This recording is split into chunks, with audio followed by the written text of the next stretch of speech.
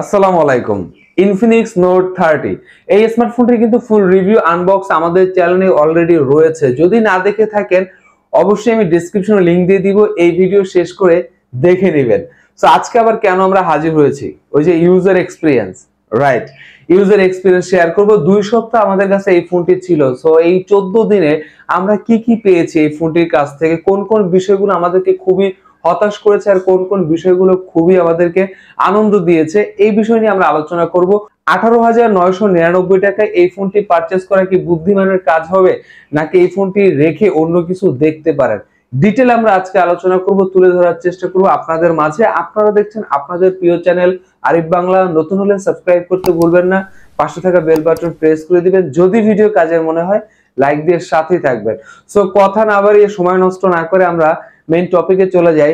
আসলে ইউজ করে আমরা কি পেয়েছি। সত্যি কথা বলতে এই ফোনটি যখন আমরা হাতে গ্রিপ করেছি বা হাতে রেখেছি, আমরা বোর ফিল করিনি বক্সি শেপ হওয়ার কারণে, এবং ডিজাইনটা খুবই ডিসেন্ট ছিল। দুটি কালারই আমরা মোটামুটি হাতে নিয়েছি, দেখেছি, যখন আনবক্স করেছি রিভিউ করেছি তখন আপনারা দেখেছেন। সো ব্ল্যাক কালারটি আমাদের হাতে ছিল। ব্ল্যাক কালারটি ম্যাট একটি ফিল দেবে, বাট ব্যাক প্যানেল কিন্তু গ্লাস ফিনিশিং। নরমালি যে স্ক্র্যাচ পড়বে স্ক্র্যাচ রেসিস্ট্যান্ট, যদিও ফোনটি একটু স্লিপি, বাট আপনি যখন ব্যাক কভার ইউজ করবেন তখন সেই স্লিপি ফিলটা থাকবে না, আর স্ক্র্যাচ পড়ার সম্ভাবনা খুবই কম। এবং সাইড ফ্রেম যদি দেখি, এখানে আমরা প্লাস্টিক পাচ্ছি। So moral of the story হচ্ছে এই প্রাইস সেগমেন্টের মধ্যে এসে ডিজাইনটা আমাদেরকে হতাশ করেনি। যখন আপনি হাতে রাখবেন দূর থেকে দেখলে মনে হবে একটি ফ্ল্যাগশিপ ফোন আপনি হাতে নিয়েছেন, এমনটা একটি ফিল পাবেন। সো ডিজাইনটা রেখে যদি আমরা ডিসপ্লের দিকে চলে যাই, এখানে আসলে বেশ বড়সড় ডিসপ্লে হওয়ার কারণে এক হাত দিয়ে ফোনটা কন্ট্রোল করা খুবই টাফ। আমরা যেই প্রবলেমগুলো ফেস করেছি, দেখা যাচ্ছে এক হাত দিয়ে যদি আপনি ফোনটা অপারেট করতে চান একটু ডিফিকাল্ট না, অনেকখানি ডিফিকাল্ট হবে, কেননা 6.78 ইঞ্চ ডিসপ্লে পাচ্ছি, অলমোস্ট আপনার 7 ইঞ্চির কাছাকাছি। সো এক হাত দিয়ে কন্ট্রোল করা সো টাফ, সো ডিফিকাল্ট, আপনার দুই হাত ইউজ করতেই হবে। সো আমার কাছে মনে হয়েছে ফোনটা তুলনামূলকভাবে অনেকখানি বড় একটি স্মার্টফোন। যদি আপনি এক হাতে বাজার থেকে এক হাত দিয়ে ফোনটা ইউজ করা জাস্ট ইম্পসিবল, পসিবল না।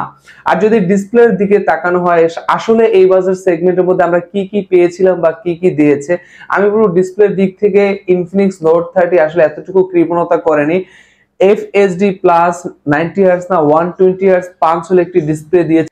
Screen to body ratio perfect ছিল এই বাজার সেগমেন্টের মধ্যে। যদি ছবি মুভি দেখেন ডিসেন্ট একটি কালার কন্ট্রাস্ট আপনি পাবেন, বাট আমি বলবো এই বাজার সেগমেন্টের মধ্যে অ্যামোলেড যদি তারা দিত, জিনিসটা জাস্ট অন্য লেভেলের হয়ে যেত।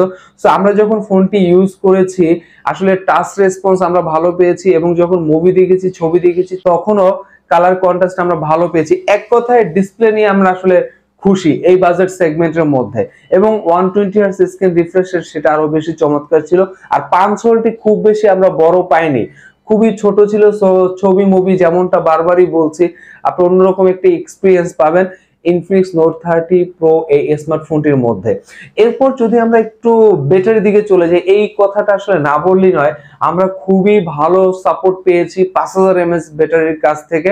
আপনি যদি উড়োধুরা লেভেলের ইউজার হন, একদিন সাপোর্ট আপনি অনায়াসেই পেয়ে যাবেন, এবং নরমাল ইউজার হলে অলমোস্ট আপনি 1.5 দিন সাপোর্ট পেয়ে যাবেন। আরেকটি ইন্টারেস্টিং ফ্যাক্ট হচ্ছে অফিসিয়াল ফোন সেখানে 19,000 টাকায় 18,000 টাকায় আমরা হাইস্ট গেলে 33 ওয়াটের চার্জার পাই, বাট এখানে কিন্তু আমরা 45 ওয়াটের চার্জার পাচ্ছি। আর 45 ওয়াটের সাপোর্টটাও আমরা যথেষ্ট ভালোই পেয়েছি, এখানে আমাদেরকে হতাশ করেনি।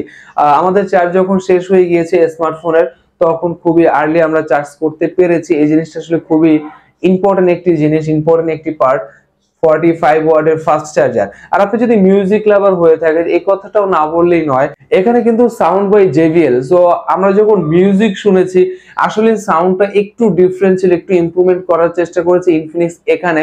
সো সাউন্ড কোয়ালিটি যথেষ্ট পারফেক্ট পাবেন। ডুয়াল স্টুডিও স্পিকার, এখান থেকেও সাউন্ড আসবে, এপাশ দিয়েও সাউন্ড আসবে। বাট এখানে একটি ফ্যাক্ট হচ্ছে ফোনটা প্রচুর পরিমাণে ভাইব্রেট হয়। যখন আপনি গান শুনবেন অনেক বেশি ভাইব্রেট হয়। হুট করে যদি অন্য একটা লোক আসে আপনার ফোনটা যদি হাতে নেয়, সে রীতিমতো ভয় পেয়ে যাবে এত বেশি কেন ভাইব্রেট হয়। যখন আপনি মিউজিক শুনবেন ফোনটা একটু বেশি ভাইব্রেট হয়, বাট মিউজিকটা সফট আসবে, সাউন্ডটা একদম স্পষ্ট আসবে। সাউন্ড নিয়ে আসলে আপনি খুশি থাকবেন। এরপর আমরা যদি এখানে চলে যাই সিকিউরিটির দিকে, এখানে আমরা সাইড মাউন্টেড ফিঙ্গারপ্রিন্ট সেন্সর পাচ্ছি। যতবার প্রেস করেছি ঠিক সময় সে রেসপন্স করেছে, বাট এখানে এই বাজার সেগমেন্টের মধ্যে বলবো সাইড মাউন্টেন কে স্কিপ করে যদি আমরা ইন ডিসপ্লে পেতাম, জিনিসটা জাস্ট আসলে অন্য লেভেলের হয়ে যেত, ভ্যালু ফর মানি হয়ে যেত এক কথায় বলতে গেলে এই বাজার সেগমেন্টের মধ্যে। যাই হোক, এখানে আমরা সাইড মাউন্টেন ফিঙ্গারপ্রিন্ট সেন্সর পাচ্ছি, সেটা নিয়ে খুশি থাকতে হবে। এরপর যদি এখানে পারফরমেন্সের কথা বলতে হয় যে আসলে আমরা এই 14 দিন এখানে পারফরমেন্সটা কেমন পেয়েছি ইনফিনিক্স নোট 30 এই স্মার্টফোনটির কাছ থেকে।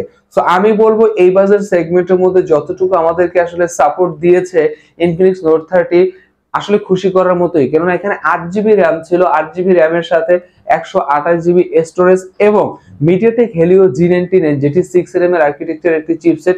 সো অফিসিয়াল ফোন হিসেবে G99 19,000 টাকায় 8128 যথেষ্ট পারফেক্ট একটি প্যাকেজ ছিল এই বাজার সেগমেন্টের মধ্যে বলা যেতেই পারে। সো আমরা মাল্টিপল অ্যাপ ইউজ করেছি, এক অ্যাপ থেকে অন্য অ্যাপে শিফট হওয়া এবং অ্যাপ ক্লোজ এবং ওপেনের সময় খুবই কম নিয়েছে, টুকটাক আমরা গেমও খেলেছি।